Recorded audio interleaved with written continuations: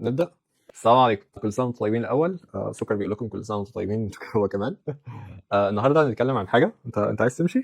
طب باي باي باي باي. النهارده هنتكلم عن حاجة بخصوص الاستقرار بتاع الأحواض بتاعتنا. أنتوا شفتوا البوست الأخير عن الموضوع دوت، فأنا حبيت إن إحنا نتكلم عن الموضوع سوا بشكل بسيط خالص. مبدئيا في حاجات إحنا عمرنا ما اتكلمنا عليها في الهواية بخصوص الاستقرار بتاع الأحواض. طول عمرنا بنسمع حاجات شبه نيتروسومونس، النيتريفاينج بكتيريا، دورة النيتروجين وهكذا. بس الحقيقة في حاجة تانية مهمة جدا بتيجي قبل دورة النيتروجين، خصوصا لو احنا بنعمل احواض مزروعة بتربة حقيقية، تربة او ركيزة مغذية زي ما بيقولوا. لما بنعمل حوض سمك مزروع فاحنا في الغالب بنحط فرمي او بطمس او حاجات عضوية او تربة عادية خالص. يعني التربة دي بتبقى غنية بالمواد العضوية. اللي احنا ما نعرفوش ان التربة دي بتبقى السبب او مصدر عظيم وكبير جدا للمواد العضوية اللي بدورها بتتسبب ان يطلع عندنا فجأة كده كمية فنجس رهيبة وبايو فيلم كبير جدا على كل حاجه في الحوض، بقى على الزرع والديكور والخشب وكل حاجه. البايو فيلم شبه الطحالب، بس البايو فيلم بيتغذى على المواد العضويه والطحالب بتتغذى على النيتروجين والامونيا الزياده. اللي بيحصل ان احنا اول ما بنعمل حوض بالمواد العضويه دي ما بيبقاش فيه حاجه تنافس البايو فيلم، فجاه بينفجر بالشكل ده. طب ايه اللي بينافس البايو فيلم؟ بكتيريا نافعه برضه،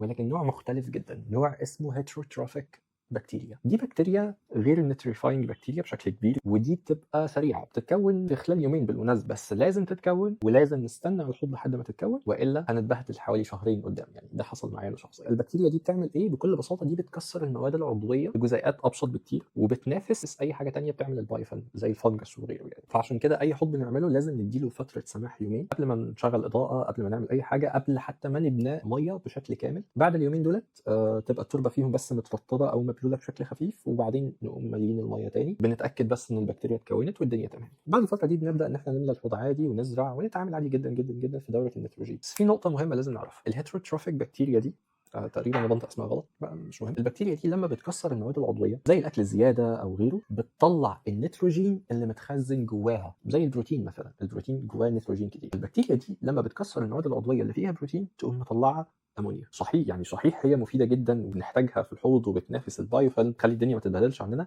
لكنها في نفس الوقت هي اكبر سبب لانفجارات الامونيا. لان اول ما بتكسر المواد العضويه اللي حايشه النيتروجين جواها يطلع النيتروجين لبره على شكل امونيا كتير. فعشان كده في الفتره الاولى لاستقرار الحوض بيبقى مهم ان احنا يبقى معانا التست بتاع الامونيا ده، لان احنا ما بنبقاش قادرين نعرف مثلا امتى الامونيا هتزيد فجاه وهكذا.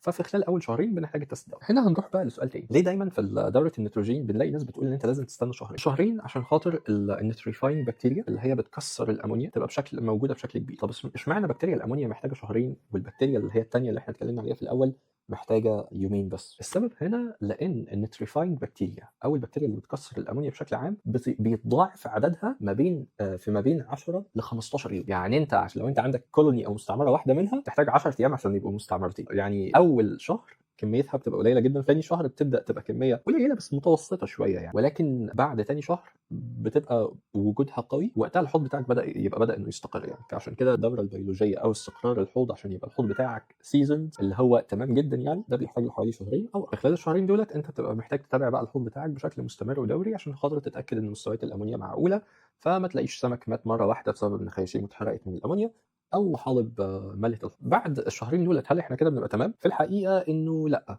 ده الجزء الثاني بقى المعروف. الجزء الثاني ده المعروف ان الامونيا لما بتتكسر بتبقى نترات ونيتريت. النترات والنيتريت مش امان قوي، ولكنهم اقل سميه من الامونيا، واحده فيهم سامه اكتر من الثاني. دي معلومات كلنا عارفينها يعني، فمش محتاجين ان احنا نتكلم عنهم قد كده. لكن الاهم كان ان احنا نتكلم على الهيتروتروفيك بكتيريا دي اللي تبقى بتتكون في الاخر. وكان الاهم برضه ان احنا نتكلم عن ليه الدوره البيولوجيه بتحتاج شهرين. قلنا الفرق ما بينها يعني انها بس البكتيريا بتاعتها بطيئه في التكاثر، فعشان كده بتحتاج شهرين عشان تبقى موجوده بشكل كبير.